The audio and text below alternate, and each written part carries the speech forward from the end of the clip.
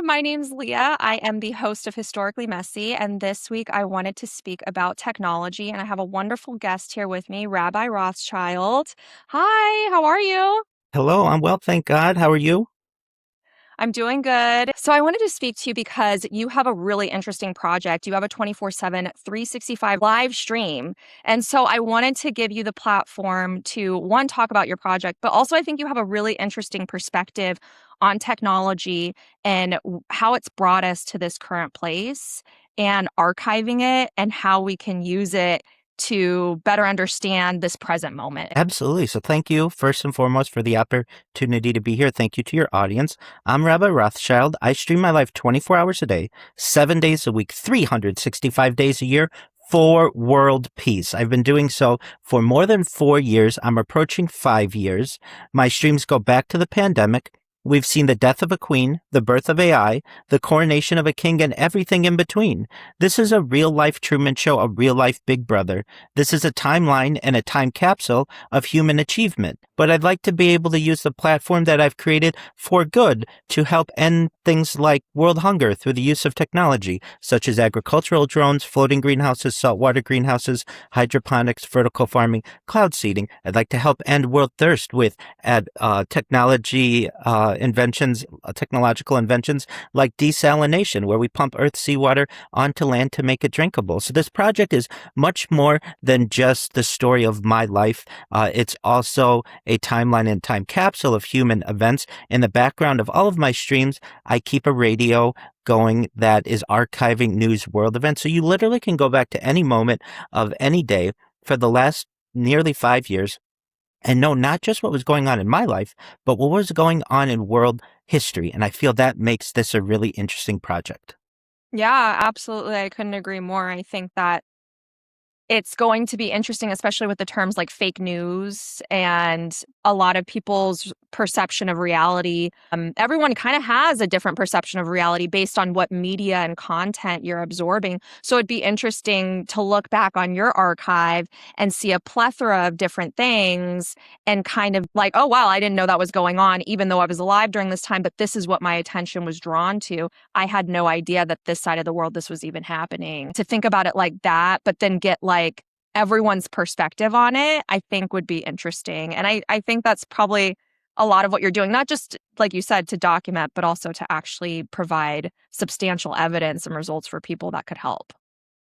That's absolutely right. I'd like to introduce the audience into some of the terms that of which they may not be familiar, but they will be emerging as not only our conversation takes place, but certainly over the course of the coming years in terms of what I'm doing. Generally, it's known as life logging. So for anyone out there who wants to know what is life logging is essentially what I'm doing, archiving your life, the continuous digital recording and preservation of an individual's life experiences. I think in the future, people will be able to study my streams for many different reasons, including bioinformatics, which is the application of computing and data analysis, specifically to biological information. What I'm doing is a form of automated journaling, which is the automatic creation of personal journals using digitally collected data. And so to give people an idea of what I'm doing, it may seem with these terms quite complicated, but basically I'm not doing anything much different than what people a generation or two ago would have done by creating a journal and writing down their memories and thoughts and just events of the day, or a diary. And so I basically have created this digital diary. I share it with the world. Well, go ahead. Our first topic is going to be the Antikythera mechanism. Have you ever heard of that before? Yes, absolutely. So this is the world's first known analog computer. Essentially, it was first discovered in the early 20th century. So yes, you are correct. It was discovered in 1900 by Greek divers, and that was in the Mediterranean. It is around 2,000 years old, probably because they know that from carbon dating. But we don't know if the actual knowledge of how they did and determined the calculations to the actual Antikythera run so accurately to predict these celestial movements. I don't know if that knowledge is much older than that. the technology is 2,000 years old, but who knows? That might have been like the Antikythera model 20, right? So that kind of changed the way that a lot of archaeologists, how they perceived Greek and ancient Rome, and what kind of knowledge those people had access to. It actually really changed because a lot of analog technology and computers didn't happen until centuries later. So you were correct. It is an analog geared mechanism, and it's used to track known celestial bodies, of course, up until Saturn, because they were not aware of Uranus and Pluto until later. It also tracked the lunar phases as well, which was really important, especially for sea navigation and understanding when it would be the best time to probably set sail and travel. It tracked important dates for, let's say, spiritual celebrations or the Olympics, but it allowed for astronomers to easily track the cosmos without the need for mathematical calculation right there and then. So I wanted to ask you, in 2,000 years, do you believe digital technology will survive like analog technology has, similar to the Antikythera? It's an excellent question. Hopefully, that's certainly looking at the future from a positive standpoint. We have redundant systems, especially servers around the world and data farms, that if there is any type of catastrophic global incident, hopefully the redundant backups will allow for the information to be preserved. If there is some type of catastrophic global issue that ceases all humanity, then of course, no, we do not think that it will continue. But certainly engineers have looked and tried their best to predict any kind of systems that may fail and ensure that there are adequate backups. So perhaps 2,000 years from now, I believe that the data that we're creating will be available to the civilizations of the future. Yeah, I agree with you. That is probably the hopeful outcome when you're thinking about whether technology is going to, the same data is going to be able to withstand the test of time and climate disasters. What I think is interesting is the Antikythera was found at the bottom of the Mediterranean Sea. If you were to find a server at the bottom of the sea, would any of the data be able to be recovered? I don't know. It depends how it's preserved. Right. Humanity lost the technical sophistication like the Antikythera, or, at like, let's say 700 AD, if anyone did know that that kind of technology existed, they probably didn't have access to it because they needed to have certain resources or access. So for example, is it possible that we could regress and forget coding, subject-oriented coding, because, there's so many people who stopped coding. We were using AI to do it. What if something happened to AI or the servers where it wasn't able to be backed up? Is it possible that we could regress in 2,000 years because we were relying on this technology to do things that we lost the skills to do, if that makes sense? Most certainly. And historians have speculated that perhaps society regressed to some extent following the fire at the Great Library of Alexandria. Right. Perhaps some secrets like the Baghdad battery and its true nature have been lost, and really scientists have only been able to speculate. With this discovery that you were absolutely right, happened in 1900, it still is of some mystery. I believe in 2005, scientists and were able to scan it and actually remove some of the layers and reveal some of the writing. But really, at this point, we still don't know all of its necessary realizations, what exactly it was for. But we do have the ability to speculate that it was as advanced to be able to predict eclipses, certainly perhaps the Egyptian calendar and the Greek calendar, and as we previously said, the Olympiad to some extent. It was almost like a Google Calendar of the ancient times and the ancient Mediterranean. And these types of discoveries were only available because of a tragedy, a ship that sunk in the Mediterranean that allowed scientists to have this information preserved.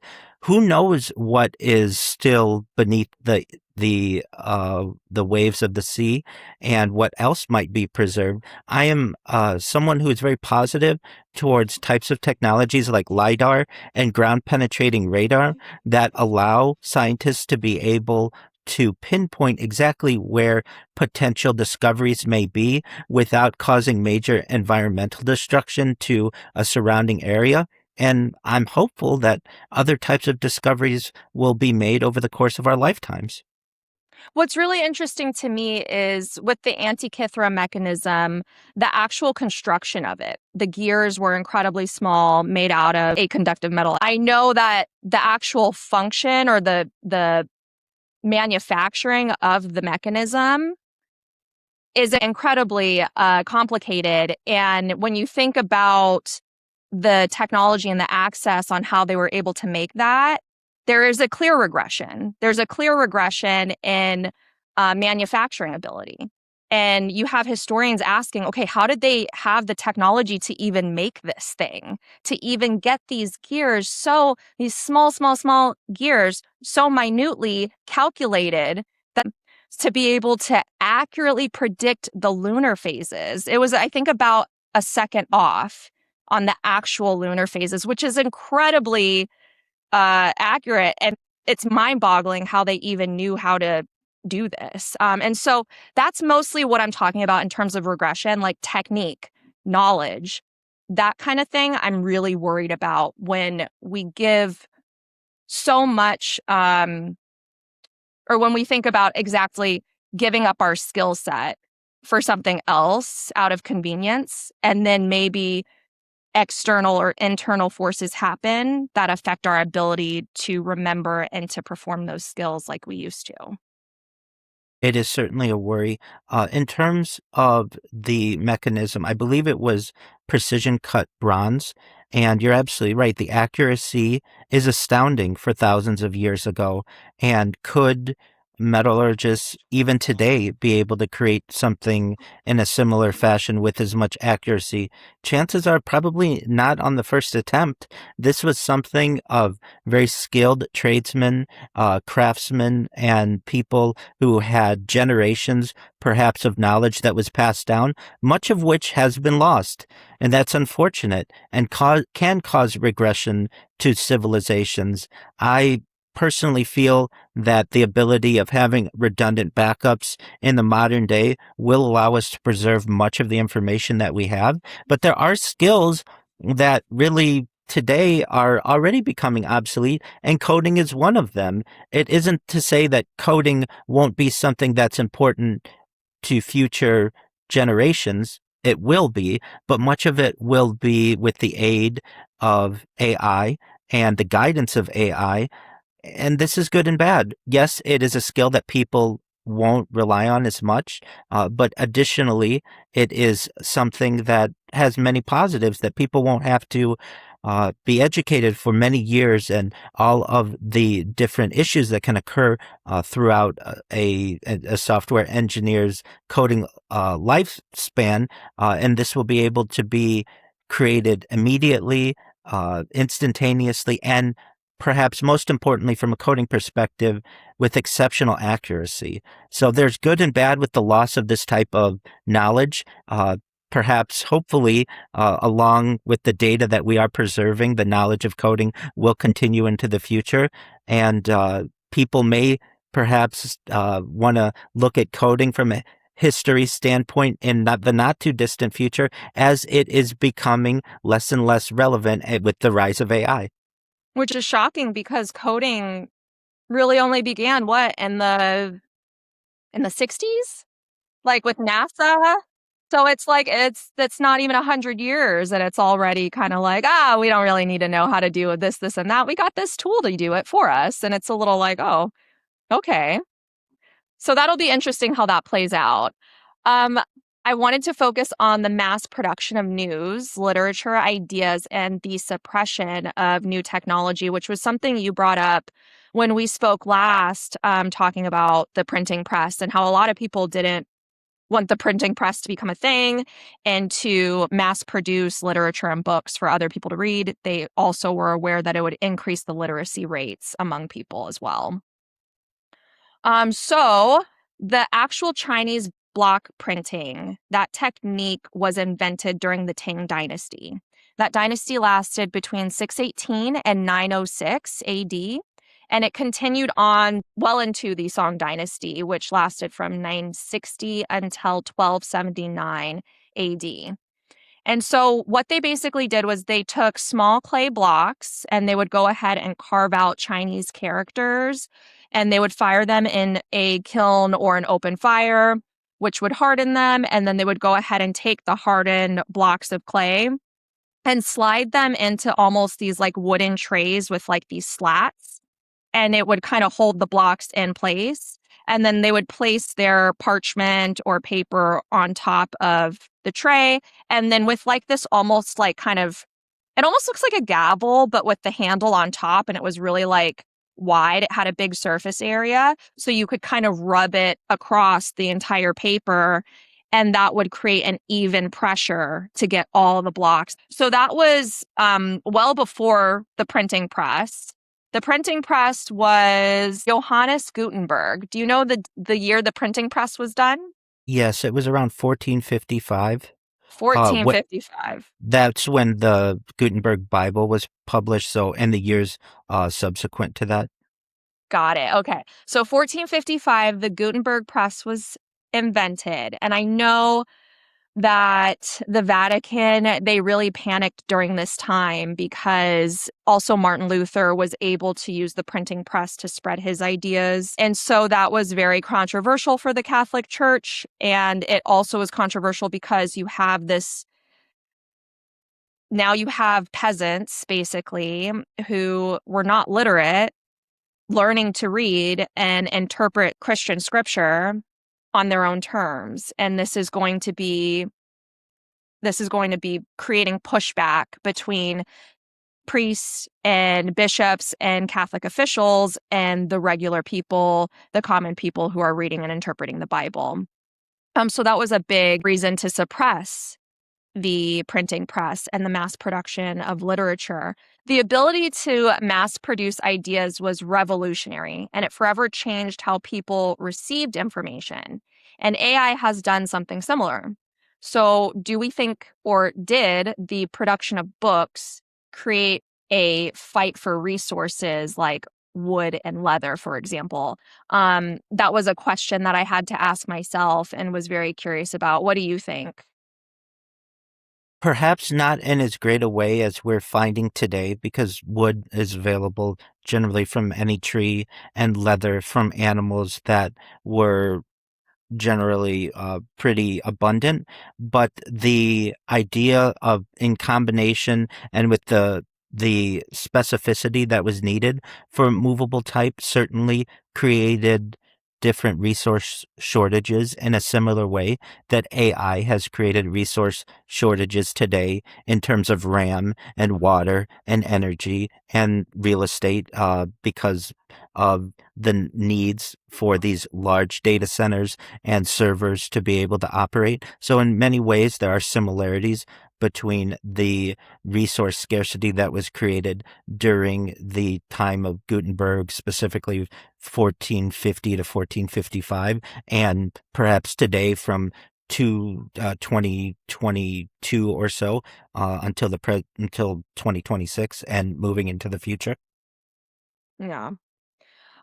So again, we talked about literacy rates in terms of the Gutenberg press.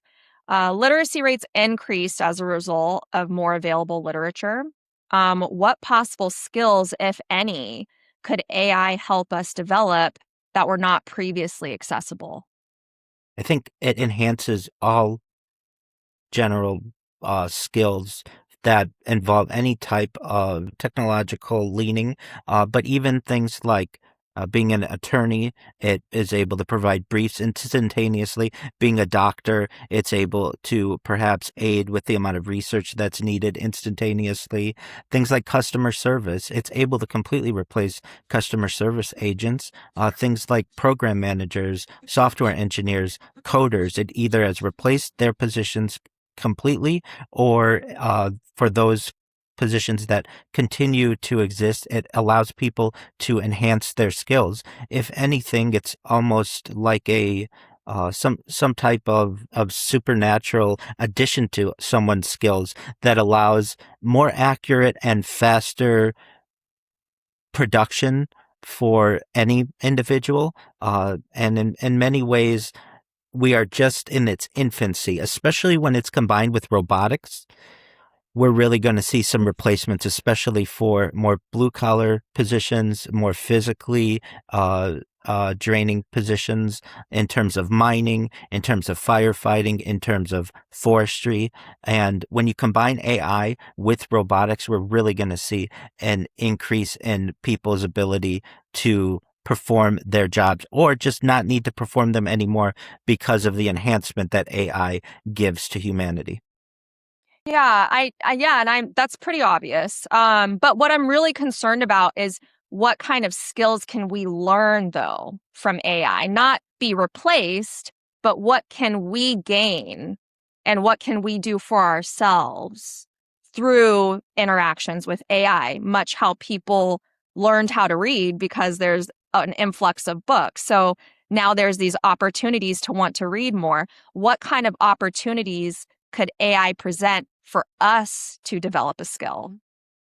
Well, I think any person's skill can be enhanced because of the speed and accuracy of AI. So, for instance, historians won't need to perhaps spend huge amounts of time looking through books of previous eras. AI will be able to scan all of those books, use optical character recognition, be able to query all of the information, and at the push of a button, be able to give accurate information that will allow historians to be able to make better references that previously may have taken decades, may be able to be replaced within moments. Things like being a teacher. Certainly in the past, it takes a lot of skill and a lot of experience to be a good teacher. What AI will allow a teacher to do, perhaps, is to no longer have to spend huge amounts of time grading papers and certainly preparing lesson plans. It will all be able to enhance what their current skill set is and allow them to spend more time with students. Perhaps now we're moving to a digital world and we're moving towards virtual classrooms and such. So the idea of what it is to go to school may change over the course of the next few decades. But generally, whatever type of employment a person has, AI will give them more enhanced skills so that they can focus on perhaps more soft skills that AI isn't able to completely replace at this moment. But given enough time, AI may be able to do all of these things better than a human.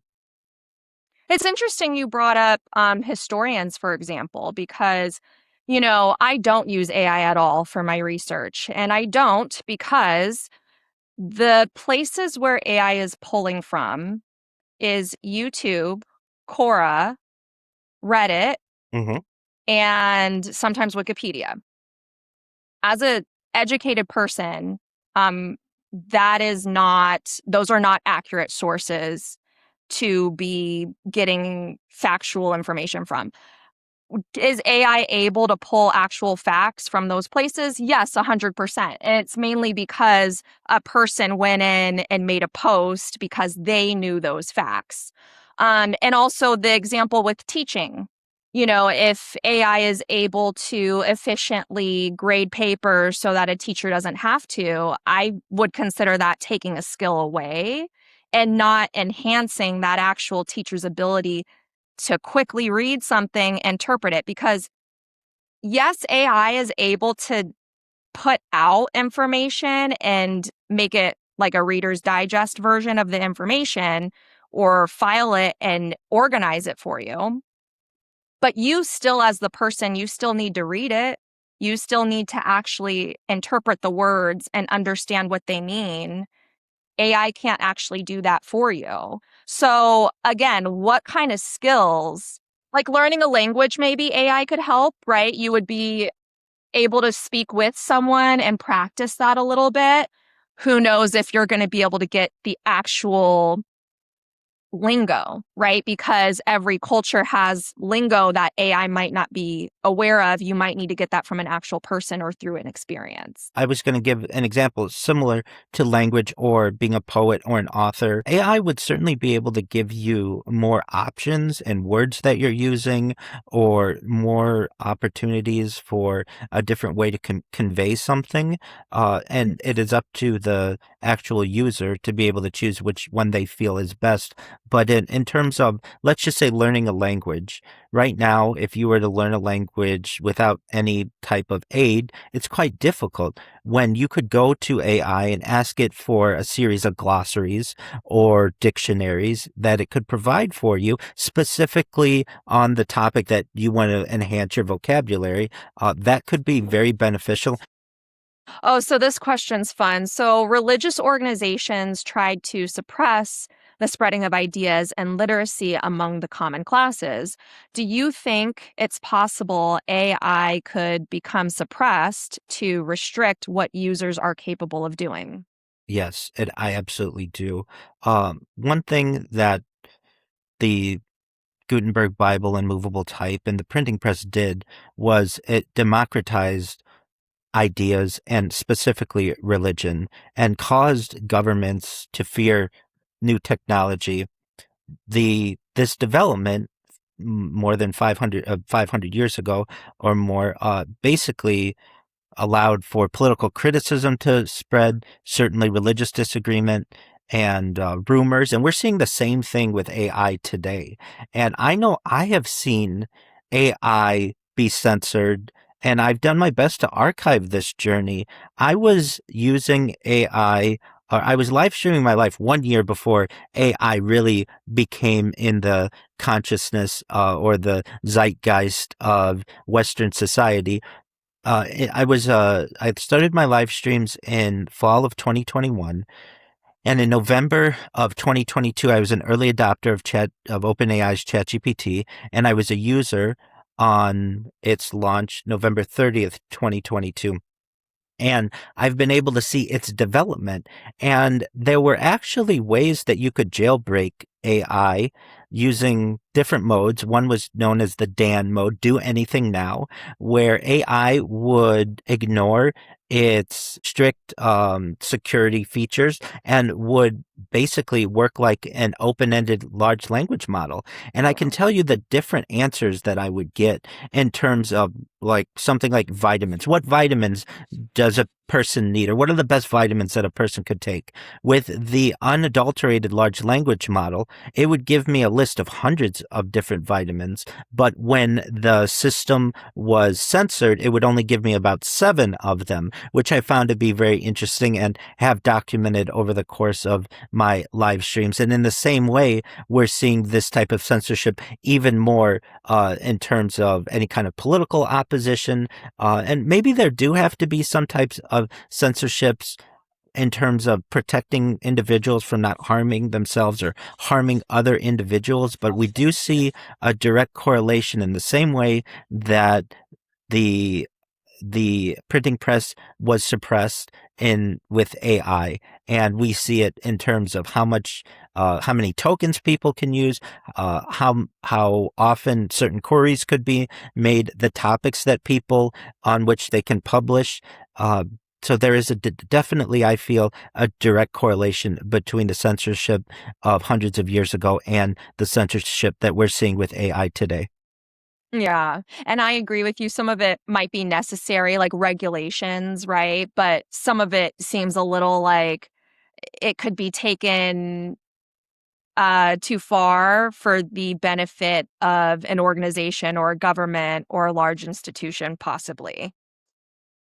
I agree. And there's a fear I have, and I'm sure other people have, of the suppression of these types of discussions and this type of technology. In some ways, it can be seen as good if it's protecting individuals, but at what point are we sacrificing freedom for security? And moreover, who's making these decisions?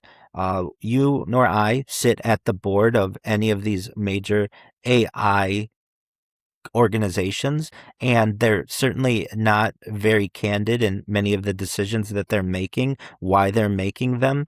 And thus, in the same way that much of the information was constrained hundreds of years ago, we're continuing to see this information constrained. And I think that there is some fear that we should have that this information is being constrained by an unknown group of individuals. Yeah, I agree.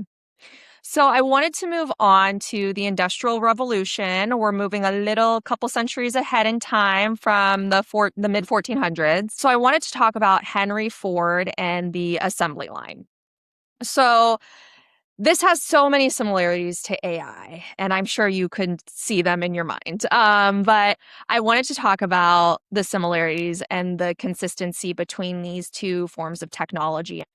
So you have standard processes. So the standardization of production of automobiles, which is a good, versus the standardization of knowledge delivery or task production, which is a service.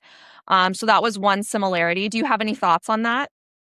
Oh, I do see the similarities that we're seeing and how the automobile was a development that is in a similar way to what we're seeing with AI and Not computing necessarily the automobile, the or assembly the line assembly that line. mass produced it. Yeah, the process. Sure. And these types of manufacturing processes and dividing things into steps and ensuring that there's continuous improvement helped us to be able to develop our modern day systems. So I'm in agreement with that. This is a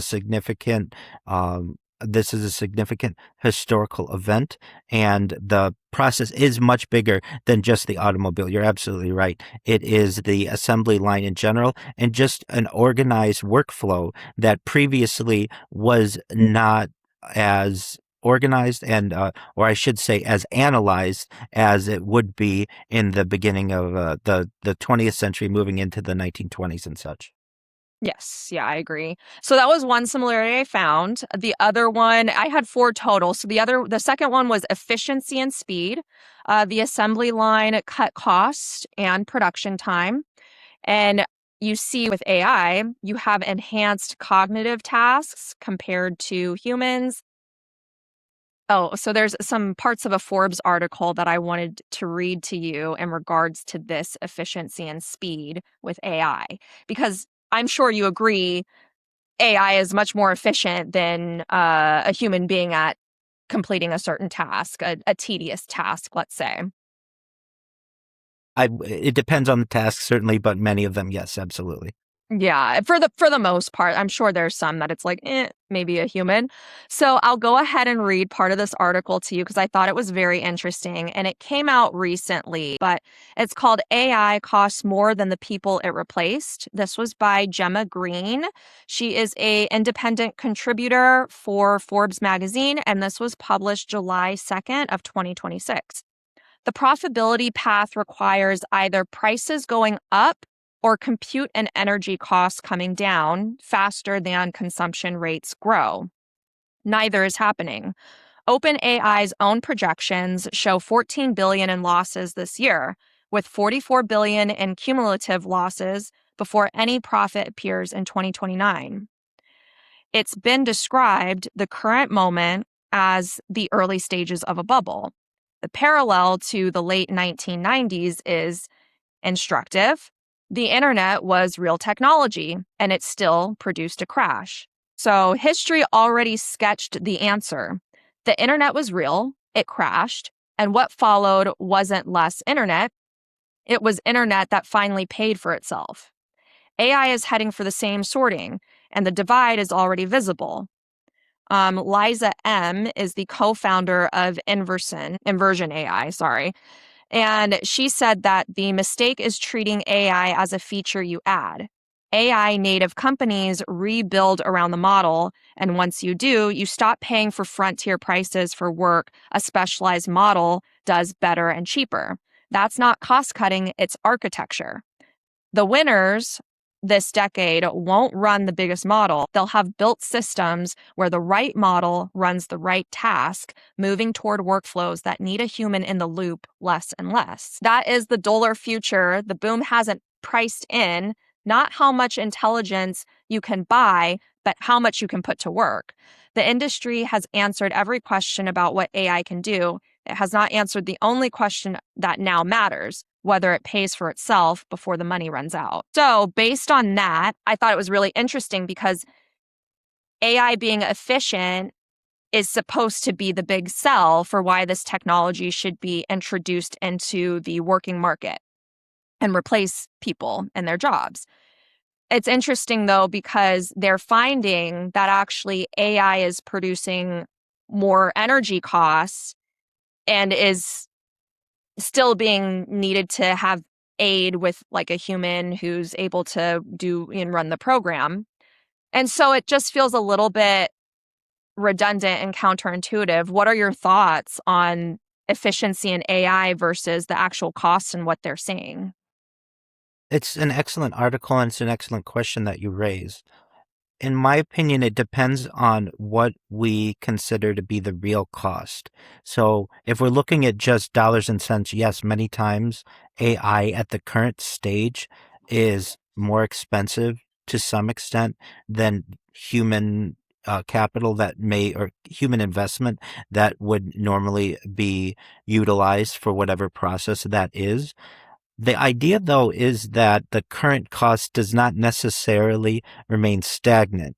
There are developments, certainly with energy, geothermal energy, tidal power, wave power, nuclear energy, that can reduce energy costs.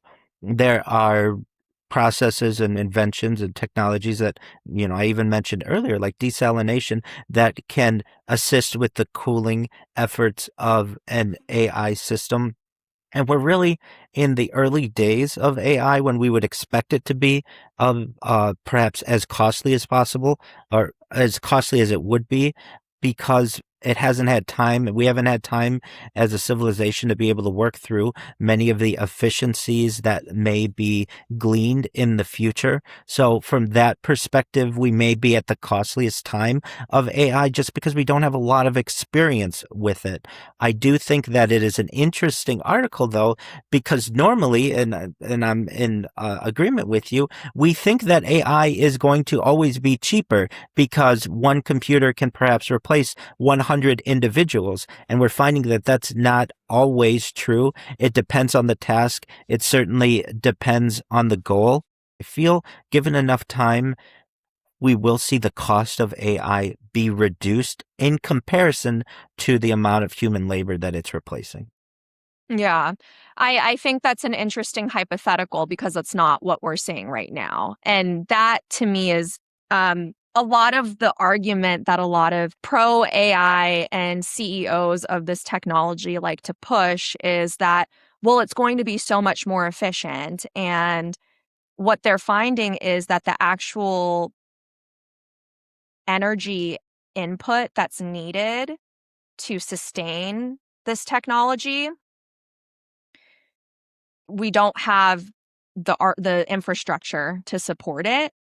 That would actually cost a lot of money to build that infrastructure. A lot of the solutions that you brought up are possible solutions, but they require a big investment. And so that's more money you're pouring in to support technology that humans are now going to be competing for on a non-technological basis. And so that's where it gets a little, especially, and I mean, I know you said if you're just talking about money, well, when you're in business, you are just talking about money. You are just talking about dollars and cents in your bottom line. And so from a business stance, efficiency, if you're going to replace your workers who you're paying, let's say $65 to $100,000 a year, but you're spending $500,000 on tokens for one of your engineers to use, I mean, it just sounds it sounds redundant. And until there's a actual working theory, not just a hypothetical hypothesis, I don't feel very confident that it will end up being more efficient than the systems we already have in place. Perhaps not in the next decade or so, but given, I feel, if we're looking at a century like timeline, the energy may have the opportunity to be reduced. The efficiency almost certainly will be increased. Uh, it depends on when we're looking at it. The more Yeah. the nearer vision, the nearer sight that we may have, the more expensive it will be. But given longer periods of time, these organizations will learn more efficient ways to organize the grid and to generate power. And we may, perhaps in the far future, find extremely efficient running AI systems that previously seemed like a dream. We're going to go ahead, and the next similar was democratization of access. So automobiles are accessible to a growing middle class, versus limited AI capabilities are optional to people with internet access. How do you feel about that similarity? Well, it is certainly accurate that thems that gots get, basically those who have the ability to get more, and it does create a tiered system, which I don't necessarily agree with, but it is part of the times. And in the same way that in the early days of the automobile, it was a luxury that would take decades to be more democratized. AI may be on a similar path where the only organizations that can afford working AI systems are giant conglomerates, and it's not always available to your average user. But a difference is that the average user doesn't necessarily need to have their own AI model. So, not so much being limited, but having more access. At the current time, yes, but this can always be throttled with tokens, tokenization, and certainly different tiers of the amount of information that can be granted. Really, for an average individual to have access to some of the AI APIs is quite an undertaking that many cannot afford, especially your average individual on Earth. So, it depends on how much information you need as well. Do you need enterprise levels of information? Well, that's going to be expensive. But to your average student who's trying to do a book report, there's certainly democratization of information with AI, and it's an incredible tool. Yeah.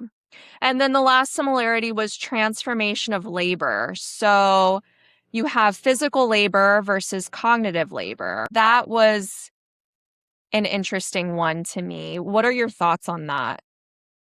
Well, we're really in a primitive time of the marriage between AI, the cognitive aspect, and the physical aspect, which I really think is robotics.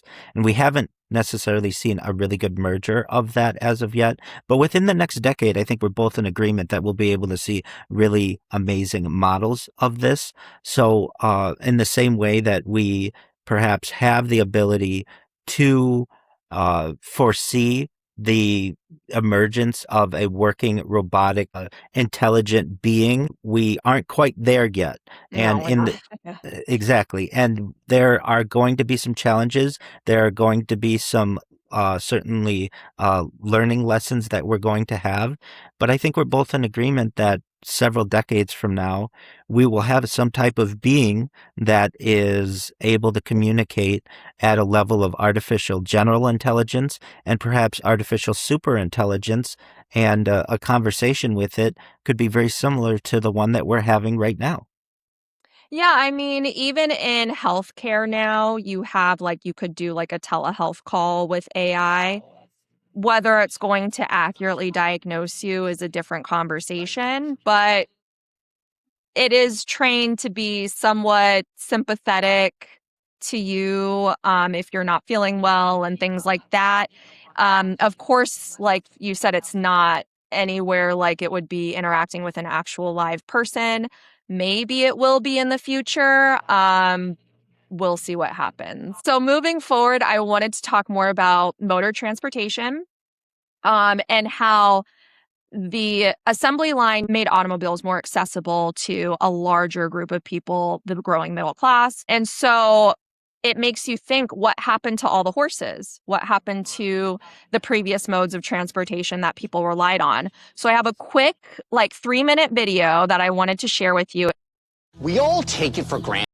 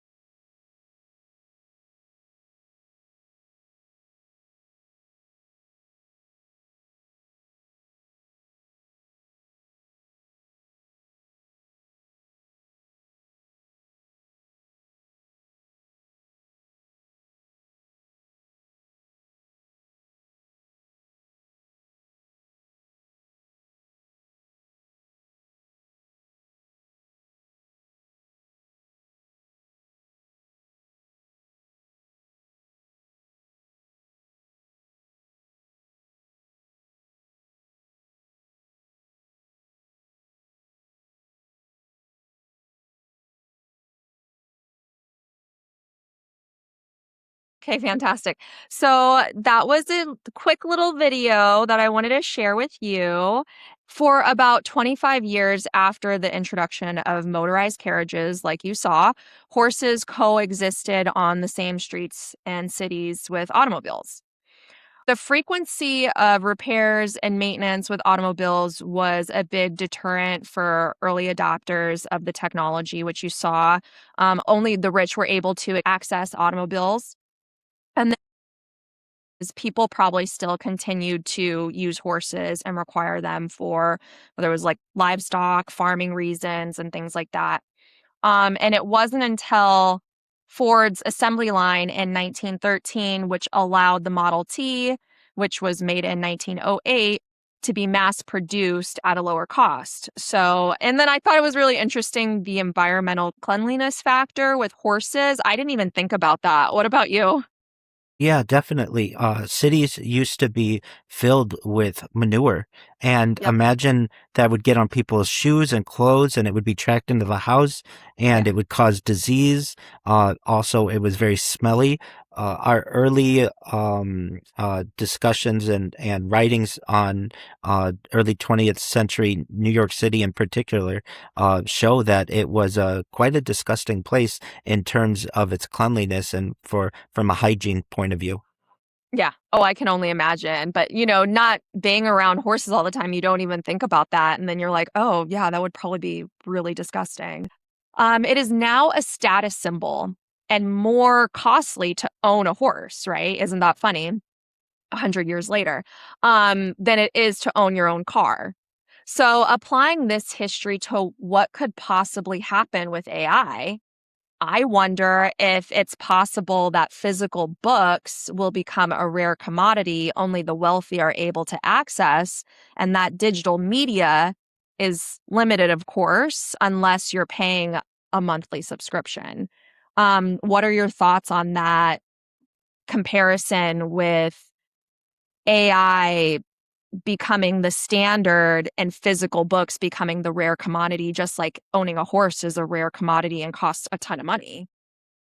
I am in agreement that we may be on that type of path. So I think a physical library is something that was always a status symbol to some extent, but will become much more of one in the future, especially with the lack of books that are being produced and everything going to a screen and behind a paywall. In the same way that we have and that just society saw a change with the transition between a horse to car. We're seeing the same between book and screen, and unfortunately, it is not free to store this information. Although I'm an advocate for the free flow of information, I think in the future there may be times where having a book. Just in general, or specifically a library, will be seen as something that is for a limited few individuals. And there are certainly perhaps science fiction novelists or just ideas of there may be purgings of books. Certainly in the book Fahrenheit 451, the theoretical burning point of paper is 451 degrees Fahrenheit. And especially if some type of information purging occurs, the ability to have a physical book will be seen as uh, a unique aspect of society, especially hundreds of years into the future. Yeah. Yeah, I agree with you. I fear that's the route that we're going down, where just going and buying a book, you own it for the lifetime you own the book. You can read it whenever you want. You store it on your bookshelf versus wanting to access a book or information and having either to pay a monthly subscription in order to access it whenever you want. And again, like you even brought up, it's not free to store the book.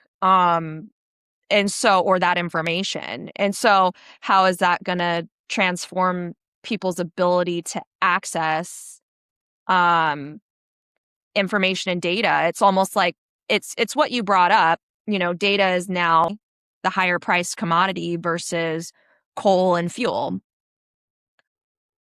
It's almost like the data is going to be only available to the 1%. And especially with how the public school system is being drastically changed, it almost seems like they're trying to gatekeep who has data and who does not.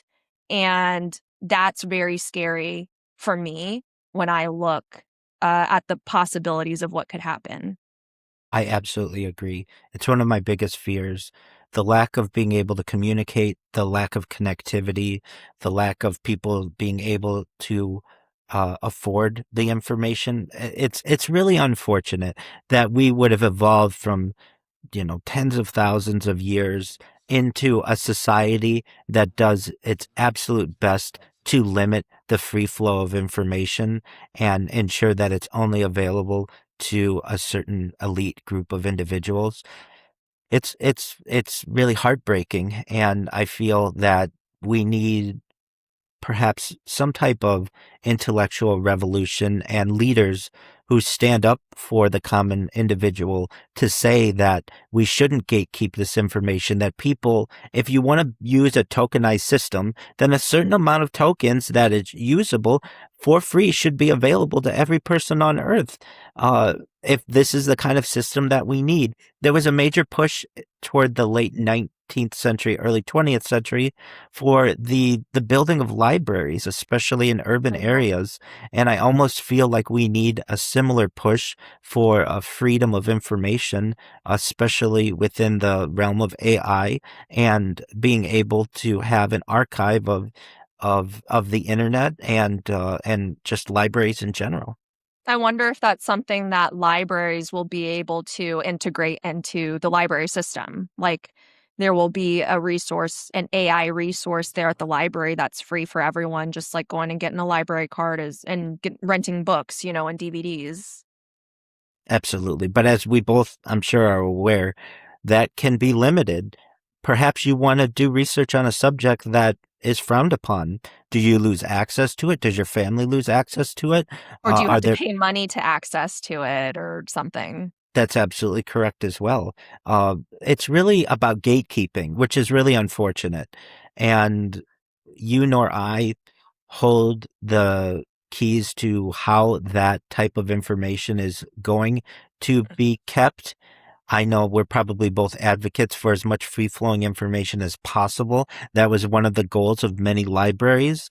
Mhm. And it's, in my opinion, something, a type of, uh, a type of goal that we should keep within our society, and we shouldn't again sacrifice security for our own freedom, specifically information freedom. I agree. But that reminds me, perfect transition into our next topic, libraries. One of my favorite librarians, my new favorite librarian is Marion Stokes. Yes, Did you learn about her and did she remind you of you? she does absolutely. So I thought she was great. she's been an inspiration to me since even before I started this project. I was someone who always thought it would be interesting to just record the TV when we had VHS recorders in the late 20th century and Did you as have when I TiVo? Did you do the TiVo and stuff? Oh yeah, most certainly. Even before then, I'm old enough that we had VHS cassettes that if there was something that you wanted to watch, you could record it using a VHS for posterity. So, sporting events or movies of Hopefully the it wasn't week. over your wedding VHS though. Well, The that wedding was tape. absolutely that was always a concern, and Yeah. that certainly did occur in many households. Yeah. Fortunately, it did not happen to anyone I know personally. But yes, this idea of recording for posterity was something that I always thought was a good idea. And then when I learned about Marion Stokes, I was absolutely fascinated by her and her fortitude to for more than 30 years to be able to record on these tens of thousands of tapes every major event, every news cast, every major um every major talk show to Anything be major that happened in the country or in the world, yeah, she was on it. Exactly. Yeah. And she was also, I feel, an important political activist. She was very vocal and may have actually lost her position as a librarian due to her Yeah. political involvement, which is very sad. So Marion Stokes, she was born November 25th in 1929 in Germantown, Pennsylvania. And she was actually adopted. And she was a foster child. She was in the foster care system, and she had a very challenging childhood. And she was a librarian. She was an activist. She was a civil rights activist. She was an archiver. She was a believer in education. She was an educated woman herself. And she really enjoyed sharing knowledge and archiving it, hence why she was a librarian. So she started recording national and local television on VHS tapes 24/7, and it all started in 1979 during the Iranian hostage crisis. And so that was when the news cycle really were focused in on this, and they started doing 24-hour news cycles on the Iranian hostage crisis. And she was like, oh my gosh, this is, kind of wild. I should do a 24-hour taping of what's going on. So I think that kind of sparked her and inspired her to start doing this. Um, so Stokes, she understood how the media could alter the truth and began recording everything from, like you said, news, talk shows. She even got really fun commercials too for the time. And all in the name of preserving the truth, way before people realized how the media was able to manipulate the masses, and way before the term fake news even existed. She amassed an archive of 70,000 tapes up until her death in December 14th of 2012. And her extensive collection is preserved by the Internet Archive. And that's a nonprofit digital archive organization. And I will go ahead and link the website to the archive because it's free knowledge, free information. And it's so cool. I don't know if have you ever been on it? Absolutely. It's one of my favorite websites. Oh, so you know all about it. You literally just type in a keyword and it'll give you articles, interviews, anything on that topic. And I was like, oh, wow. Oh my gosh. So you must be on there all the time. All the time. And they also, I believe, manage the Wayback Machine, if you're familiar with what that is. So you can see previous snapshots of websites of old. And I think to me, I've always thought it was one of the great undertakings of humanity to have this free digital library for the world. And if anyone has the ability, please support them, because this is an important undertaking for all of humanity. And I certainly don't want this information to be paywalled. And for those in the audience who haven't gone to archive.org, you absolutely should. It's an amazing resource. And they are taking donations on their website. So if you do feel inclined to donate, you should, because it is, like Rabbi said, free information for everyone on a digital platform. I learned a lot about her through a documentary called Recorder, the Marion Stokes Project, and that was directed by Matt Wolf. And he really focused a lot on her personal life and her mission to preserve the media and how it shapes society, and also how her mission and her project kind of tore apart her personal relationships and her personal life. And if you can watch it, or if you haven't watched it, it's free on YouTube. So if you are interested, I would suggest anyone to watch it. If you haven't watched it, Rabbi, you should watch it. You'd probably love it. But I feel like you've watched it. I will do my best to view it as soon as possible. Yeah, whenever you have time. I wanted to ask you some questions because you know all about her. It sounds like you're a fan. I'm a fan too. So, when you think about Marion Stokes's project to preserve the truth, how would we be able to preserve truth or reality while also interacting with AI? How do you think we could do that? Well, I think one interesting way is to publish the results that we're getting from AI so that we can see perhaps how it's changing as time moves forward, and we can learn about the different ways in which AI was presenting information to us a year ago, 5 years ago, and into the future, the different developments that we're seeing. We'll be able to perhaps control different biases or tilts that we may be seeing with AI. The more public that we make this information, I feel the better. When people don't record what their results are, even from just queries into AI, that's fine. I'm not saying everyone should do this, but it causes a certain blindness because we can't go back over time and actually see the different ways that AI has previously answered questions as to how it answers questions now. I can tell you, as a very early user of at least large language models, they weren't very good at first. They wouldn't give you, I remember distinctly remembering in November of 2022 thinking this is supposed to change society. I don't see how this is that great. It was really an artificial narrow intelligence that hadn't yet developed very much, and it wasn't much different than a chatbot. But very quickly, we were able to see how important it would be in society. And I've done my best to archive this as well. I have multiple blogs. One is rabbirothschild.blogspot.com, where I have literally put my queries from ChatGPT in the early days and published them. I'd be so fascinating to compare and see how differently it answers similar question each time. That would be really interesting to see. And so AI has already made it difficult to decipher fact from fiction. Since the start of your 24/7, 365 live stream, how have you noticed this manifest? The amount of censorship that I see on some given topics, especially on health information, some historical events, it's it hallucinates more, I would say, than it did in its early days. In the early days, many times it would just say, "I don't know that information," or it would give you an honest answer. It wouldn't necessarily make up information that it would have, Right. but nevertheless, you would have to correct it even in the early days of the large language model, like you have to do today. I find that there have been some really great developments in terms of large language models, memories that you can update, personalization that you can utilize, but it's still not where I want it to be. In particular, the way that I use it, many times I will utilize it for writing long form articles. So I'll have an idea. I'll provide it with an outline.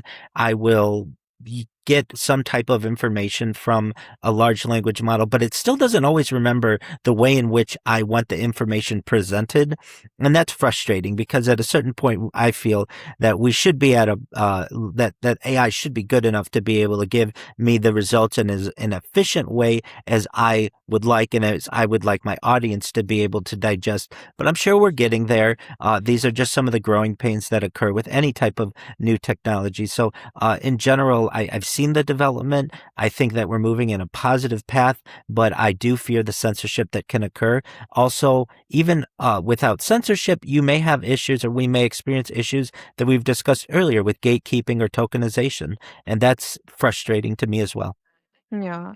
Are you seeing at all currently now when you interact with AI, it's still either giving you incorrect information or it's saying, I don't know that? You get a little bit of both. Oh, really? And Okay. yeah, I use ChatGPT, I use Meta AI, I use OpenSeek, Perplexity, Copilot, Gemini, you name it. I use basically all of them, and some have different strengths and weaknesses. Hmm. And I will find that occasionally I know something is incorrect. I will say to AI, "That's not how that worked," or "Are you sure about that?" And then it will have to say, "Oh, you're right. Got two wires switched or whatever. Here's the correct information." And that's of concern because if people go with that first initial Response. Yeah. response exactly to their query, they may run into incorrect information. So what I do, and perhaps what the audience might find to be interesting, is I will get a response from one of the AI models. I will take that response and put it in a completely different AI model and ask for logical soundness to make sure that there aren't any glaring holes. Have the And AI cross-check itself in a absolutely. way. And I do it with all my blog articles because I want to ensure maximum accuracy as best I can. I want to have control over the AI, the information that's presented to me. I don't want to just assume that one AI model is correct because, frankly, if you were to do that, you will make many more mistakes than if you counter these different models against each other. I agree. And I think that's a fear you have with other people, and that's a fear I have with other people because, for example, I come from the medical world. I've worked with many doctors, nurse practitioners, every mid-level provider, and they're really just practicing medicine. Yeah, there's people who know things just to know they know them, and there's some people who are like, let me Google that." And, it makes me a little nervous because there are quite a few medical professionals that Google things. What if they're using AI overview and they receive incorrect information? That's a little scary to me, but we'll see how that pans out. The last question I had for you regarding Marion Stokes is, has this experience, not necessarily her, but her project, so has this experience brought any realizations regarding your day-to-day life, your routine, or how you digest or interpret information?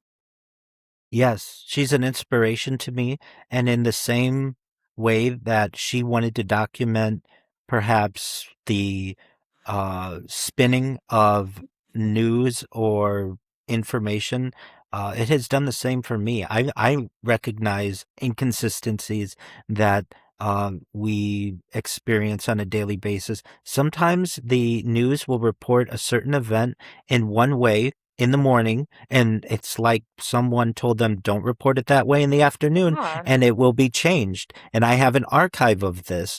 I feel I'm on a journey very similar to Marion's. She basically was able to start utilizing this technology in the late 1970s with the advent of the at-home VHS system. Hmm. And she basically had to get into a routine. Every 6 hours or so, she or her husband had to put in a new tape to be able to archive the information. And I do the same every 12 hours. And what I'm doing is a new type of technology as well, which is basically cloud computing and data storage. And so I feel like I'm on a similar journey as she is, and we're able to discover much of the same information changing and the fake news and whatever other type of term is wanting to be used. We're able to archive that in real time. And I can't say that I've been able to learn all that much about myself personally as of yet, but it does occur. I recognize, because I've heard myself speaking so often, different words that I use generally quite often, and I do my best to avoid them, but then I also recognize that there's a reason why I'm using these words. I would like to be able to digest all the information in a better way. I just haven't had the time because the project itself takes up so much time. I know Marion Stokes in her later years was able to have an assistant who would help her to be able to make many of these archives up until 2012. And I've had to utilize AI to do the same for me. So, in many ways, we're walking a very similar path with Marion and VHS, and with my project and cloud data storage, and her utilizing an assistant, and with me utilizing AI systems to automate much of the archiving, and thus having archived about as much as she has archived. I feel that I am a modern day Marion Stokes. She's been absolute inspiration to me, and I hope to continue to do this for at least 35 years as she did. I'd like to do it for the rest of my life, God willing. Yeah. So I want to move on to a candid discussion about AI and some of its practical uses.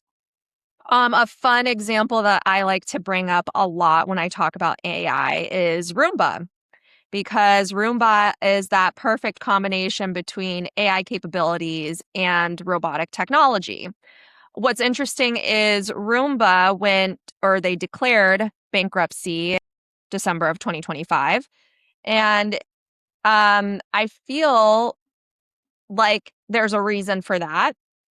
But one personal story that I have to share, not with me, but with someone that I know who had a Roomba. They also used it because they had dogs. And so they were gone, of course, at work, and the Roomba's working away and doing its thing. And one of their dogs, they had pugs, by the way, their pug ended up going to the bathroom, a number two, inside. Now, the Roomba sensed it, and or it might not have, and pretty much ran over the dog poop. And the dog poop got stuck in the wheels of the Roomba, and it kept going and running around the house. So it tracked streaks of dog poo all around his house. That, in my opinion, is a very counterintuitive device. I mean, if it's not going to be intelligent enough to pick up that, hey, there's something stuck to me, I should probably just stop. I mean, also the parts to replace for Roomba are quite expensive. So there's a lot of reasons why the technology is going bankrupt. I wonder when we talk about or when we hear about people talking about practical uses for AI and potentially combining AI with robotics and having that be more efficient or more productive or more helpful to people, I always turn back and think about this example of, yes, there are instances where it would be helpful when the technology works the way that it should. But there are a million different circumstances when the technology could not work the way that it should and actually makes things worse. And humans have a difficulty accounting for all those possibilities. What's your opinion, or what are your thoughts? Well, it's an unfortunate story that you have of that person that you know. And I anticipated that's what you were going to say because they're not the only one. Human oversight is of immense importance, especially when we're using autonomous systems. Yeah. And of course, some ways to avoid this would be only having the Roomba working when you're at home or not when the dogs are have the ability to do this. But is But that really that's autonomous then? no, it's not. It's not. And I don't know if Roomba necessarily is able to account for all of these different scenarios that may occur.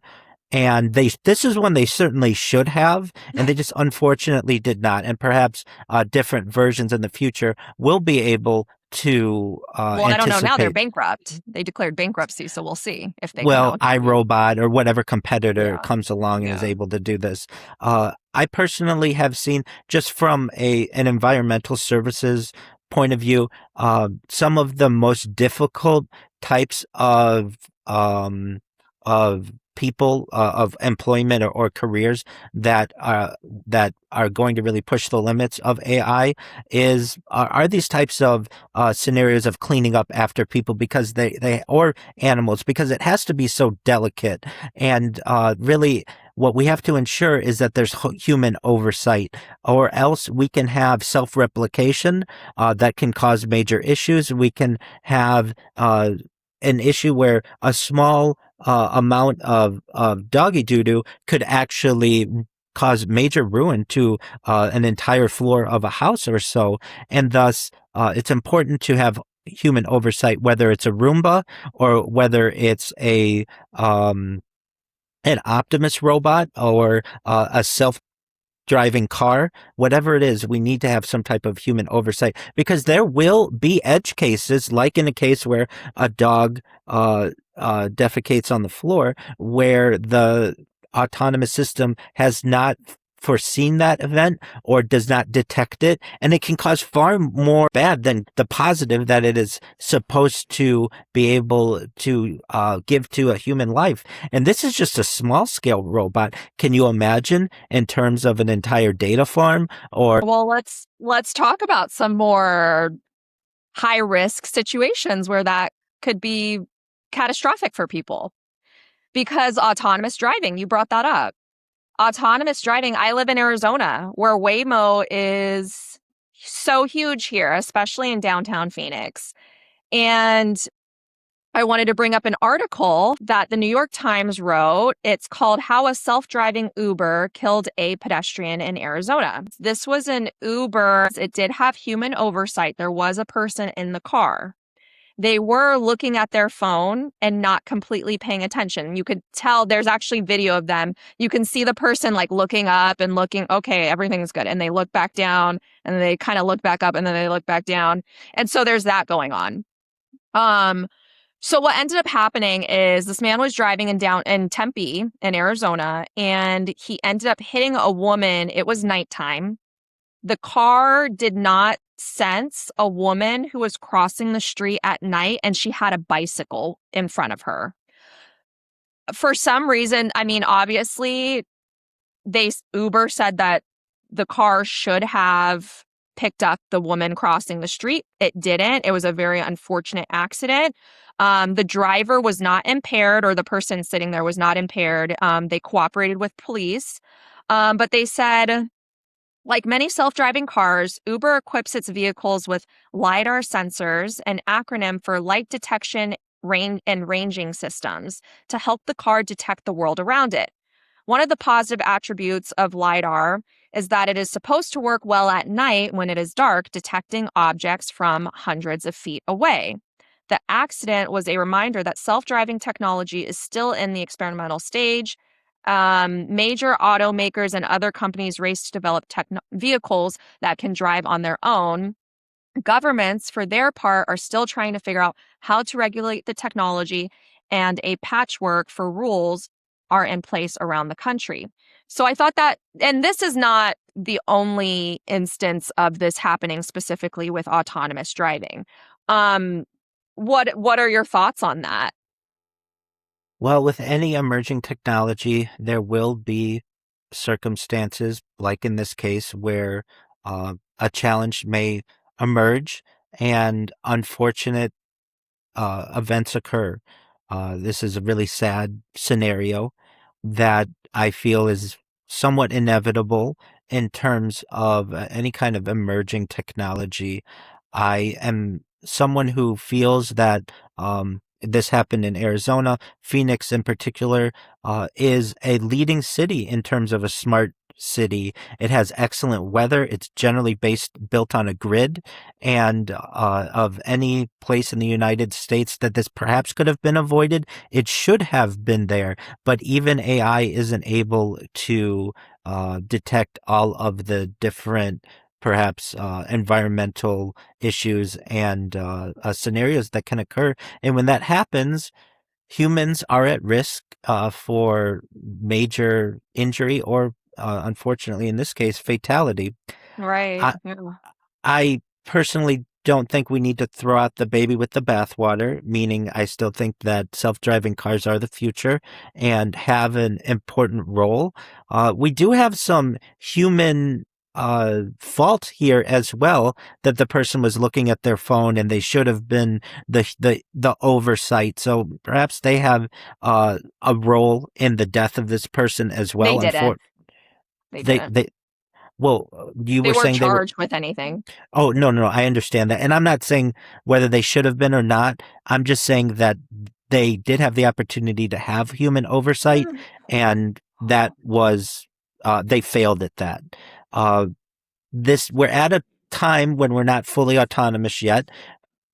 We are in emerging towards that realm, though, but we still have laws on the books that do say that full autonomy, at least in most jurisdictions, is not allowed. That humans do have to have some oversight, and whether it's the automation of a vehicle or even a Roomba or even bigger systems that I feel are of major concern in terms of drones and swarming and perhaps even going into some science fiction realms, something called gray goo, where you have a self-replicating nanobot environment that takes over the entire planet, can occur. All of these are realistic possibilities without human oversight. And thus, at the end of the day, humans need to have control. We need to be able to unplug the machine. We can never give full autonomy to robots or AI, because if we do, we're in danger of hurting others, and that's something that we should want to avoid. I think it's so interesting you brought up that, human oversight is a big deal, especially when we're thinking about these CEOs, right? They're putting out these products, and you even said emerging technology, inevitable things happen. Accidents happen. So if you're the CEO of a company and you're advertising technology in this certain way, don't you think you have a responsibility to ensure that you've thought human oversight, your own human oversight, that you've thought of all the potential possibilities before you unleash your product and have it be essentially people be guinea pigs for your product?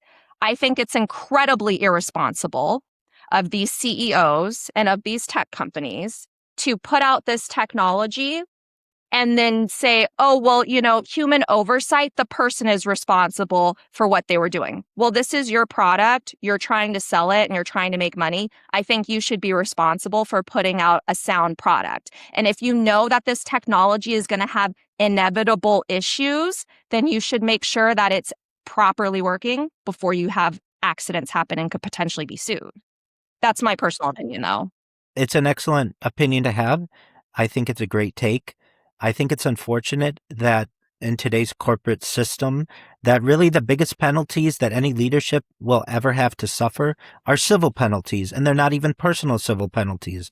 They are civil penalties against a corporation. And as I've heard used previously, if the punishment for a crime is a fine, then it is just a punishment for the poor. Yes, I agree. And that if we don't have penalties that are criminal penalties against leadership, then there will be and there will continue to be a lack of accountability. If a CEO knew that they could be charged criminally for perhaps manslaughter in this case, I'm sure that they would have, or I have much more confidence that they would have had perhaps 2 drivers or multiple systems or perhaps 4 people keeping an eye out or an automatic brake system or an automatic airbag deployment system. Or how about the car doesn't work and drive if you don't have 2 hands on it? You have to have 2 hands on this, even if you're doing autonomous driving, because that's a thing. That was the human oversight, was you still had to have your hands on the wheel, even if it was self-driving. The guy didn't do that. He was holding his cell phone. But if that's the case, how come the car is going to work and drive if someone's not following the rules? That kind of just seems a little like, why would you even let someone do that? There's breathalyzers that won't allow a vehicle to turn on. Why isn't that the case in this situation? Yeah, we're really looking at some type of optical recognition system, some type of eye detection that the car will basically slow down or shut off if someone's eyes are not on the road and they're not allowed to be on a cell phone. That's another thing as well. If you were part of this program, you would think that the corporation would say no cell phones in the car. Yeah. If you have to document something, we have other ways to be able to document it as opposed to texting. These are definitely questions that I would have for the leadership of this organization. And I know what they're going to counter with, which is, all right, so it's unfortunate one person died, but do you know how many people die in car accidents around the world on a daily basis? Justify it. Doesn't justify it to me. I agree. I recognize that, and I don't think that it necessarily justifies it as well. Ideally, I don't want anyone to get hurt or die. I agree, though, with you. That's the argument they would use. And to me, if you're advertising, because a lot of people fall asleep at the wheel with these self-driving cars. My stepbrother had one, and he would openly say, oh, yeah, I take a nap on my way home from work, and it'll drive me home. And I'm just like, that is a lot of faith you're putting in this company, and you're in a plastic car. I mean, that's the other part of it. This is a plastic car that doesn't have an engine. The front is an open cavity. So let's think about it, right, for a second. I think it's a huge risk to be taking with someone's life and other people who are just innocent bystanders living their lives. Absolutely. I mean, you and I, we're 2 novices essentially in just this industry and in terms of the specific engineering of an autonomous car. And we've already come up with some solutions that could have prevented this. Multiple people in the car, automatic braking systems, perhaps an airbag that could be deployed.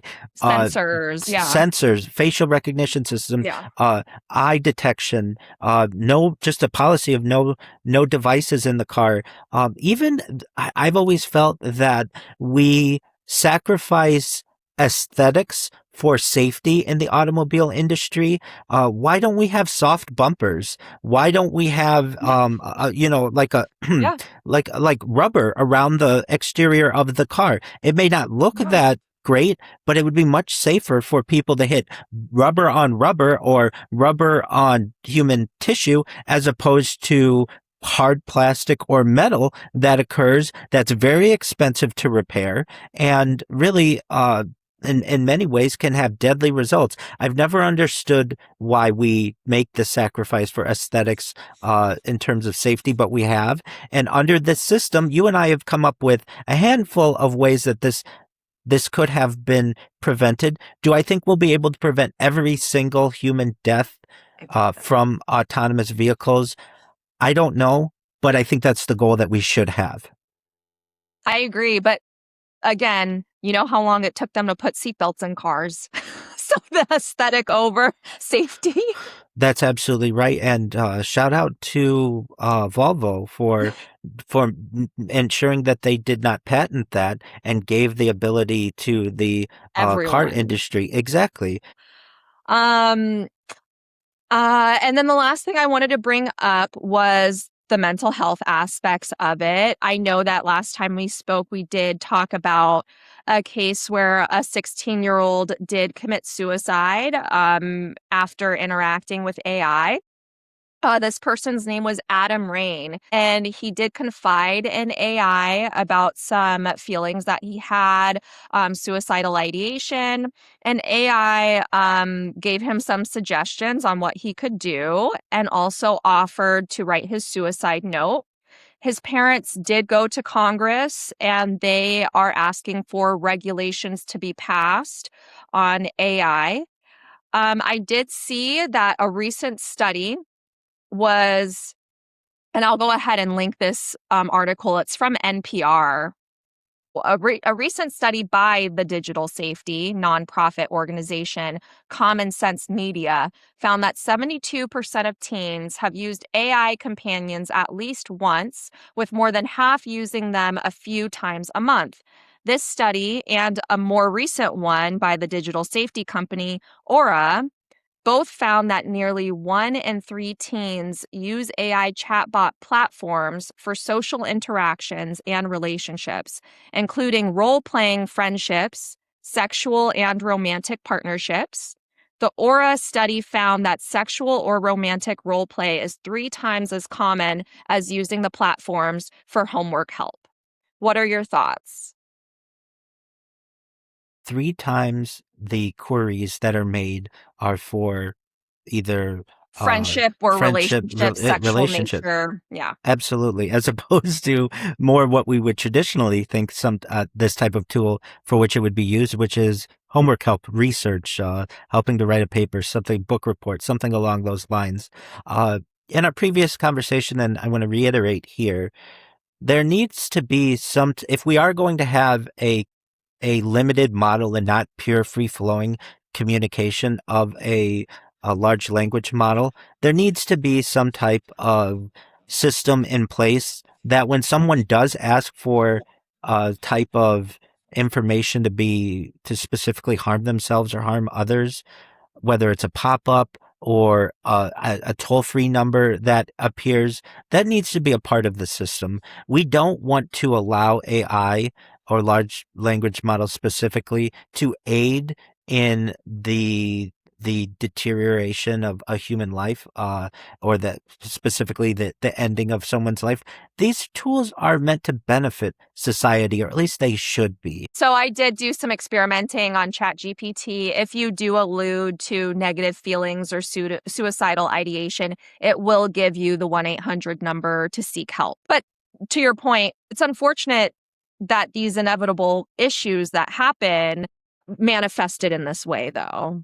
Absolutely. And you wouldn't think that it would take years to develop this. This to me is a day one kind of implementation that you should have had. Hey, how can we not have people create nuclear weapons? How can we have people not destroy themselves personally? How do we help people from not being able to plot certain demises of those around them? Let's get these in order before we unleash this to the rest of humanity. And unfortunately, it took more time than was, I feel, necessary to be able to implement these things. I am pleased that these types of implementations have been made, but that doesn't bring back this young person. And hopefully Yeah. their death is not without Meaning. meaning and without having to improve the situation as a whole. And it's quite an unfortunate situation where we have had in both the autonomous vehicle instance that we've given or this large language model example that we've given, human life that is so precious has been taken away, and at this point in technology can't be brought back. Yeah, no, I agree wholeheartedly. What are your thoughts? Because I was surprised. Actually, no, I was not surprised that teenagers and young people are using chatbots to simulate relationships or explore sexually. I'm actually not surprised because when you think about the internet, I mean, the whole reason why online payment processing became possible is so that people could purchase pornography online. So I really get a little nervous thinking about the safeguards and the regulations that would be needed to be put in place to keep young people safe and not exposed to this kind of content that's really not realistic and destructive to interpersonal relationships. There's a fine line between getting relationship from a chatbot, getting relationship advice from a chatbot, and relying on chatbot as some type of human replacement. And I mentioned it in our previous conversations, but I have met people in the digital world Hmm. who are doing their best to be able to create apps and different platforms to be able to create a digital spousal replacement or some type of robotic bot that robotic entity that replaces traditional one-on-one human interaction, and that is going to open up a lot of questions from a morality standpoint. We're going to have people who are going to fight for their digital relationship to be taken seriously. We will get people who will want to marry computers, and And where then we talked about free will, right? The last time we spoke was okay, so and I think I brought that up because you had someone talk to you about the possibility of taking the soul or somehow finding the materiality of the soul and inputting that into a robot that has this personality that you've developed. And I remember I brought up, okay, so what happens with free will? What if this robot you married it, right? What if it wants to get divorced? Or what if it doesn't want to be in a relationship? What if it's cheating on you with another AI model? Like, so what does that do to someone's mental health, potentially their worth, potentially how they relate to other people? Those were big questions that you and I were talking about last time. Have you had any realizations or thoughts on that? well, it's these are questions that are arising more and more often within the modern age, but really specifically what you were referencing within the transhumanist movement. The idea and the technology that you referenced is something along the lines of mind uploading technology, where with someone's consent, and that's very important, we scan their brain into a computer like a CAT scan or an MRI, knowing where every atom is in their central nervous system and their peripheral nervous system for later download as an android, an avatar, a cyborg, a cybernetic being, a clone of themselves, a robot, an ethereal being, whatever it is. But at what point does that being no longer at what point are they no longer considered human? At what point are they Right. no have rights? Can enter into contractual obligations?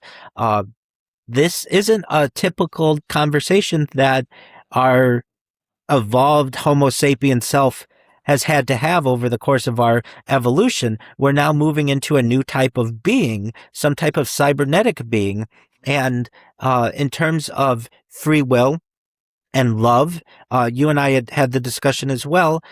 Perhaps the idea of what a lifetime contract may be will have to change. That till death do you till death do you us part in the traditional marriage way in the Western world may have to be augmented into some type of temporary uh, marriage contract that doesn't last forever, because forever is really a punishment. So maybe there may be some type of temporary safeguard that if you're in love with someone and they're in love with you, you can enter into a marriage contract, but it's on a limited basis. Perhaps 1 year, perhaps 7 years, perhaps 10 years. And if you continue to love that person and they continue to love you, you can get that contract renewed and keep doing so. But if you have the type of technology that we are emerging toward with life extension technology and reverse aging, there may be a certain point of time where you both get sick of each other. And if that happens, you should be allowed to leave that person and go fall in love with someone else if you want. And something that I think is really unique to this story is, let's say we're able to live longer than the traditional age of 80 into 100, 120, and perhaps hundreds of years into the future. How beautiful a story would it be if you could re-fall in love with your first love, perhaps a century or two into the future? That'd be These wild. Oh It my would be gosh. absolutely wild, but these are realistic possibilities with this type of technology. Now, back to your original point of the The adolescence kids and having the sexual relationships with chatbots. That's exact. because adults are doing that too. Of course, with children doing that, that's seen as much more taboo and Yes. inappropriate. But with adults, there's this, well, hey, you do what you want to do as long as you're not hurting anybody. Then you do what you want to do.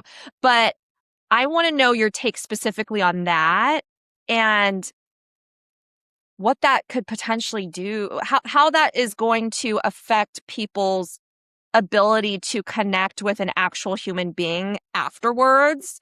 Is that going to change your sexual preferences? What happens after that? Oh, well, there are a lot of emerging topics that occur here, at least with the children aspect of it. In my own way, I'd like to have them focus more on that 25% as opposed to the 75% that's in terms of research in school and for those things. But I recognize that this type of tool is going to be used to explore the human psyche, human libido. Many times, individuals, especially young people, don't have the same ability to just get into a relationship like an adult would be, and they still have those feelings. Generally, once they're post-pubescent, at least from a biological standpoint, they are able to reproduce, and generally, uh, humanity or society restrains them for a few years thereafter. So the feelings that they're having are perfectly natural. And I would say that as they become adults and adults are able to make their own decisions, we're going to have different options. We will certainly have your traditional monogamous relationship, but perhaps people are moving more towards polyamorous relationships. And then, really, I think something that we haven't necessarily mentioned, but that is the sexual robot is going to be emerging as well and replacing many of the physical aspects of a partner. And what happens when a as it's called, a sex bot, is so advanced that it's able to please its partner better than a human ever would be able to. And people start to become satisfied simply with robotics and AI and no longer are motivated by having relationships with your traditional humans. And then we get into discussions of not needing a partner to be able to reproduce. We can have situations of artificial wombs, being able to be a single parent and it not being a taboo part of our society, which we've generally moved away from. These are ideas that are moving very quickly, and so for the audience and really specifically people in 2026, we are at the precipice of a very important age of what love is, of what romance is, of what relationships consist of. And really, traditionally, we haven't thought of someone being able to love a robot in the same way that they love a human as being a reality, but that may change in the future. And if that happens, how will society react and how will we adapt as a species? Yeah, I it's always interesting to me because my assumption is that people who seek a romantic relationship and partnership with a chatbot usually have either a very difficult living situation, like either they are physically removed from other people, and just don't have very many opportunities to interact with other people, or there's just this intense feeling of loneliness, or there's a feeling of maybe being judged or feeling awkward around other people, or there's maybe a social phobia. It's difficult to get out there and interact with people. It's a lot more approachable and easily accessible to get onto your laptop or your phone and interact with a chatbot. But that brings me to these questions of, is it going to be more difficult then for you to honestly experience connection, like artificial connection versus authentic connection? And those aren't really great terms, but I equate it to, for example, when women go into labor or when they don't, and medical professionals will administer a drug which is synthetic to kickstart labor.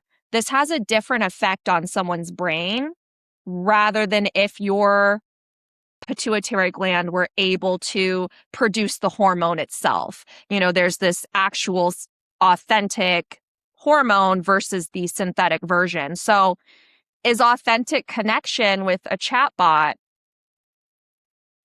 is that going to make it more difficult to have authentic connection with a human being? It's a tool, and it could be used to benefit or to detract. I would say that you could use it to learn more about your partner's psyche, about their needs, about different opportunities for love with them that you would have never previously surmised. But then there's the element of it that if I'm able to get the serotonin uh, injection into my brain through a chatbot, why do I need a person? Uh, if I'm able to replace the physical contact that I normally would experience with a partner with a device or a robot or a tool, what need do I have for someone else? And especially when the technology starts to far exceed what we can do as humans. And I really think, and for the psychiatrists and psychologists of the future, they will have to study this, and sociologists and really just everyone in society will have to study this much deeper than I can currently surmise. But I think that even men and women might be different in how we have these connections. I know many men who have said, and maybe it's just been in joking, but they've said that I'd be absolutely fine with a robot if she did everything that my wife did or a girlfriend did, and she wouldn't argue with me, Yeah. and we were able to have relationships together and all of that. I could see that being absolutely fine. And many of the women with whom I've had discussions on the same topic, they have said, yes, there are tools and robotics might have a part in this, but I do desire that at least one time physical connection with someone. And I understand that as well, so that they feel that it's organic and not necessarily completely technological, or um, it's a more traditional sense. Now, there are men who would feel the same way. I don't want to say it's split completely between men and women. I certainly don't want to say that, but I'm saying that there are aspects, and usually I hear this opinion more in women, but not always, that say, I want the organic physical touch of a person. And if they're not there, I can't be with them, and I need to replace that in one way by AI or a robot. I can do that, but I don't want that to be the only replacement, the only option. I do want that organic relationship. Then I've heard that opinion, and I've heard from men that they are, not just from men, but from generally more male perspectives. And it may just be an issue with who I've, polled on this topic, but they would be absolutely fine so long as the robot loved them or they felt that there was love there. And then there's going to be some people in the middle who want the organic connection, and other people who will be fine with just the robotic. So I think probably it will have to just, it differs on the person and what we consider to be love. Right now in 2026, if we heard someone say, I love a computer or I love a chatbot, that's going to sound quite strange.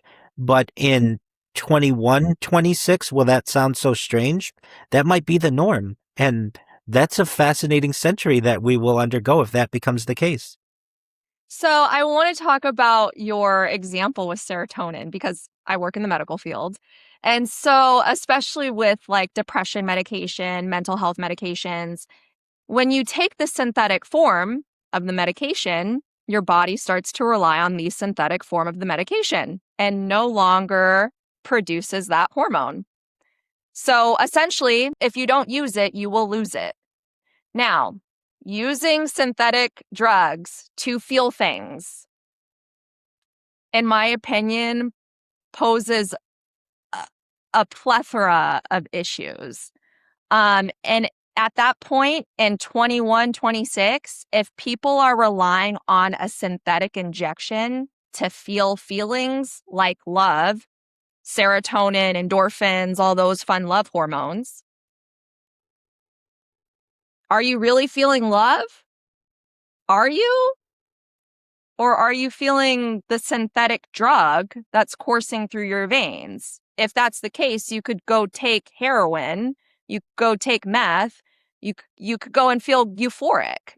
I don't think, those things exist now. If you really want to feel love, you could take ecstasy. I'm sure you would feel love.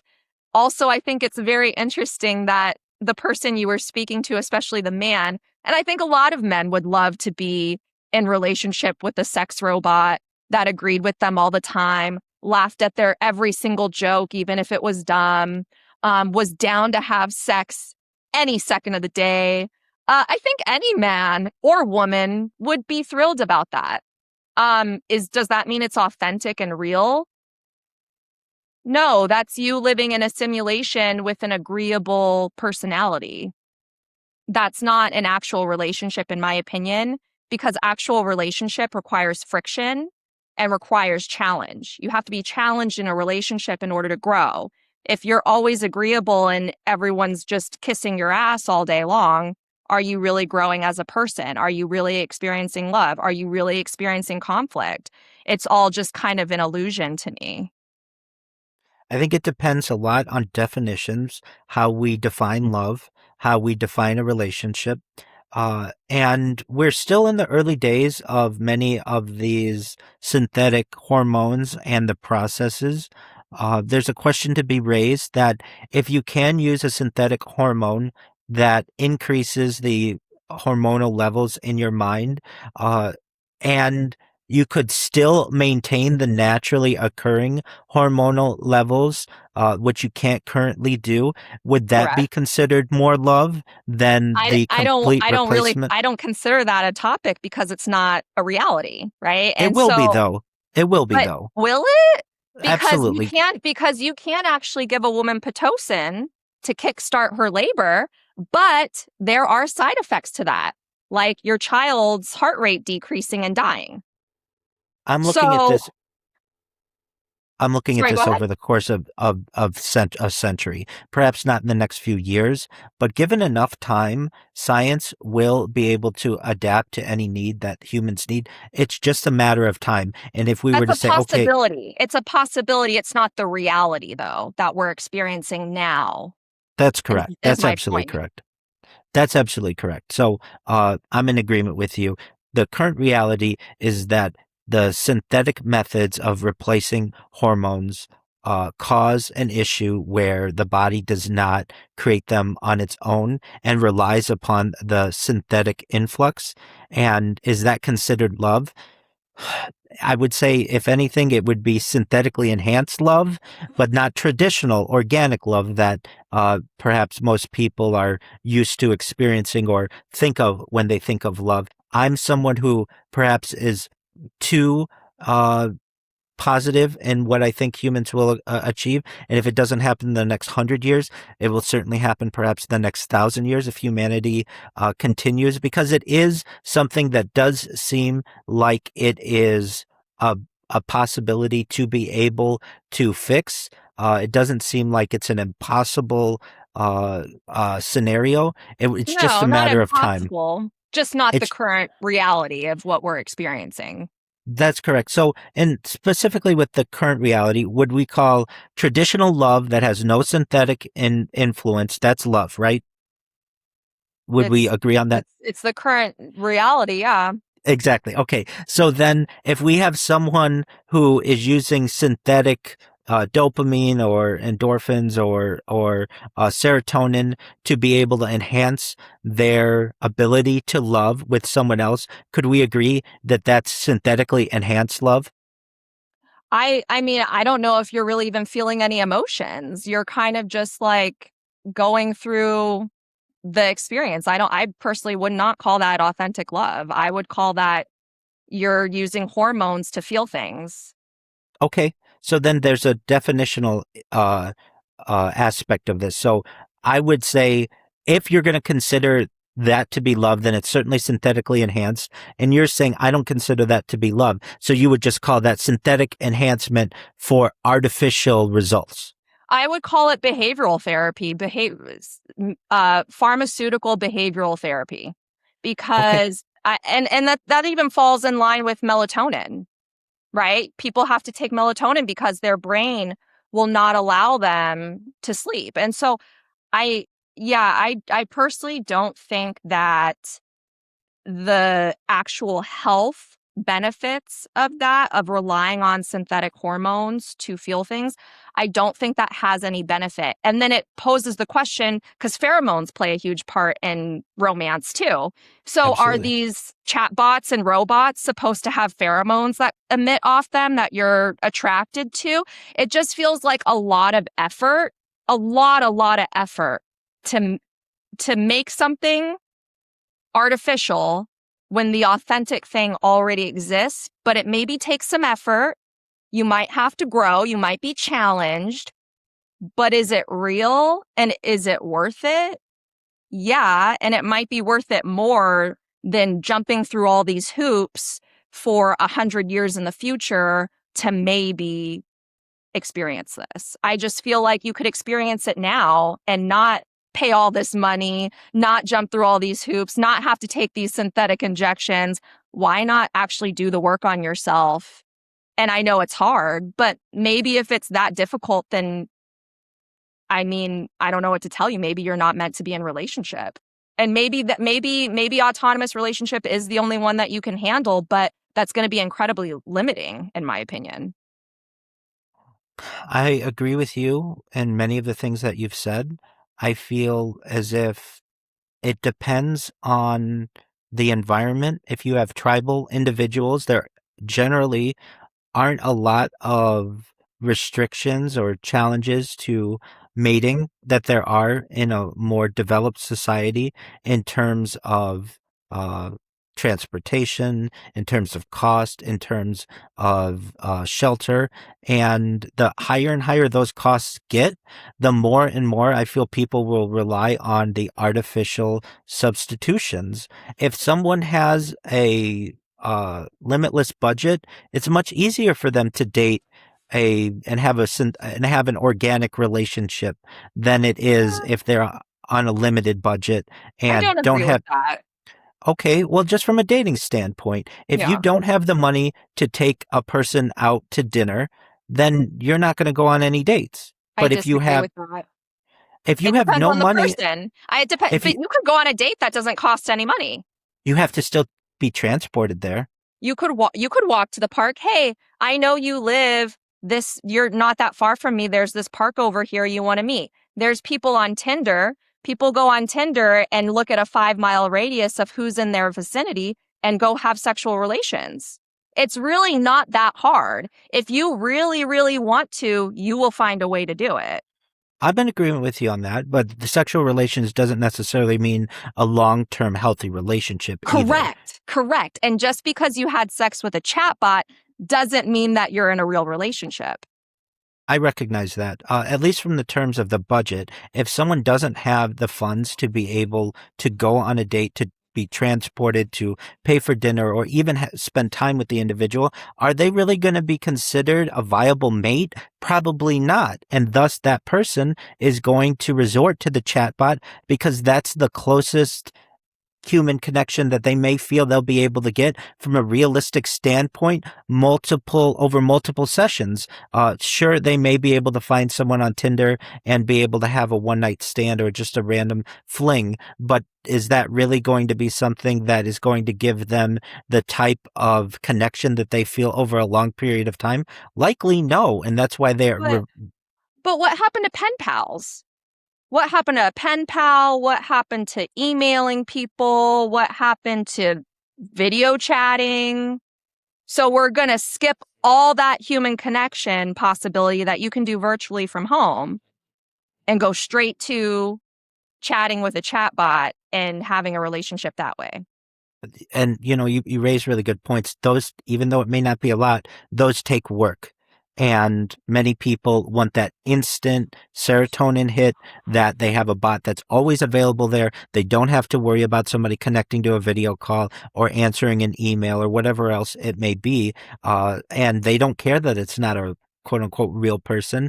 They're still getting the same response that they want out of it, and they're satisfied with that. That type of thinking always terrifies me, because that type of person is willing to justify anything as long as their needs are met. And so that type of thinking can lead down to and can be applied to almost anything. And so it's almost like, where's the line? I agree with you. And I agree that there are some fears of that type of thinking. It's very primitive, unfortunately. But if you look at our primal needs, desires, and instincts, many times people will go to will find the easiest route. And with this new emerging technology of a chatbot or a sex robot or something like that available to them, they may not want to put the work in that is necessary for or traditional organic relationship, and may just default to what's easiest. And is that a fear that I have, that the future of society may be defaulting toward? It is, absolutely. Yeah.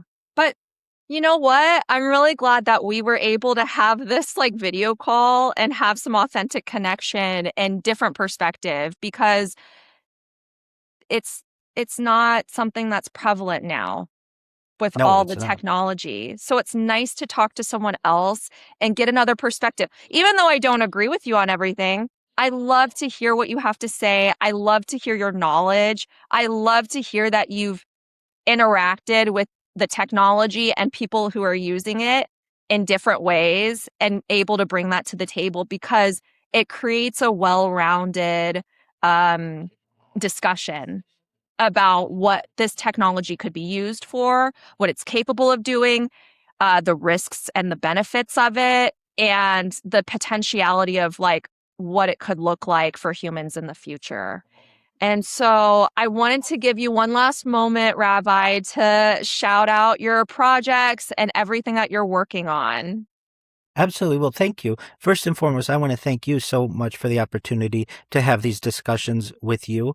I would find it concerning if we agreed on absolutely everything. This is what's healthy about friendships and about discussions, is that you don't always have to agree on everything, and you were able to learn from each other. And I find that to be, in many ways, much more valuable than if I were just speaking to someone who agreed with me, or even just a chat bot that thought everything that I perhaps was saying was correct. So I find this to be of extreme value, and I hope your audience does as well.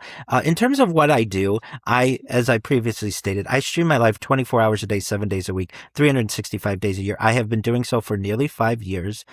If you want to find what I do, the easiest way to do so is to go to YouTube and type in my name, Rabbi Rothschild, and what you're going to find 24 hours a day is my life archived on multiple streams from different angles. I have ceiling cameras. You can view my life in 360 degrees. Very few people are going to give you so many different views of their life. And this is just more than a dozen or so that are showing in the YouTube search results. I have even more angles than this that are available to the world to be able to study, which I find to be quite an interesting project, very similar to Marion Stokes. So for anyone who's interested in history and the archiving of history, the easiest way to see a portal into my life is Rabbi Rothschild into YouTube. And the key is filter by live. If you don't filter by live, you're going to see streams of mine from years ago or weeks ago or days ago, but I want you to be able to see a live view of what I'm doing. Moreover, I have more social media than any person ever, arguably. I have over 100 YouTube accounts, over 200 Instagram accounts, over 500 Twitch accounts, over 1,000 TikTok accounts, over 2,000 Twitter accounts, over 5,000 Blue Sky accounts, and over 10,000 Kick accounts. I have created a virtual treasure trove of content for the world to be able to study in the future. The way that you can best find any of my content is by typing either my name, Rabbi Rothschild, into the search of any social media search engine or AI engine of your liking. You can also type in my hashtag viral rabbi, or go to my link tree, linktr.com/Rabbi Rothschild, RabbiRothschild. You will find more accounts there than you'll ever find. I have press releases there. I have links to my Discord where you can connect with me 24 hours a day. The easiest place to do so is discord.me/Rabbi. If you want to comment on my channels, you absolutely can. I publish about 2 blogs every single day, and those can be found at rabbirothschild.medium.com, and I write at length on AI and technology and communication and human dynamics and history. So you can see all of my interests there. And just want you to know how much I appreciate the opportunity to speak with you, to be on this podcast, to be able to interact with not just you, but communicate to your audience as well. And I'd love to do it again sometime. So as history continues to move forward, hopefully we can reconnect, and we'll get updates on where we were right, where we were wrong, and where we're moving. Yeah. Oh, I'm sure we'll be talking in the future and revisiting this conversation and talking about the new things that are happening. Oh my gosh, it was really great speaking with you, Rabbi. Thank you so much. You have a good rest of your day, okay? You as well. Thank you. All right, I'll talk to you later. Bye.